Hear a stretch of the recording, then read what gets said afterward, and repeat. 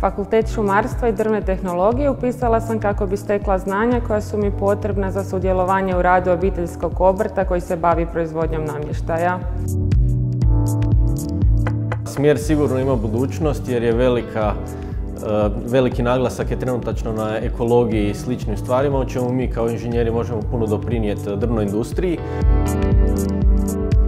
Nakon završetka studija planiram raditi u firmi koja se bavi proizvodnjom, odnosno programiranjem organizacijskih procesa u drvnoj industriji.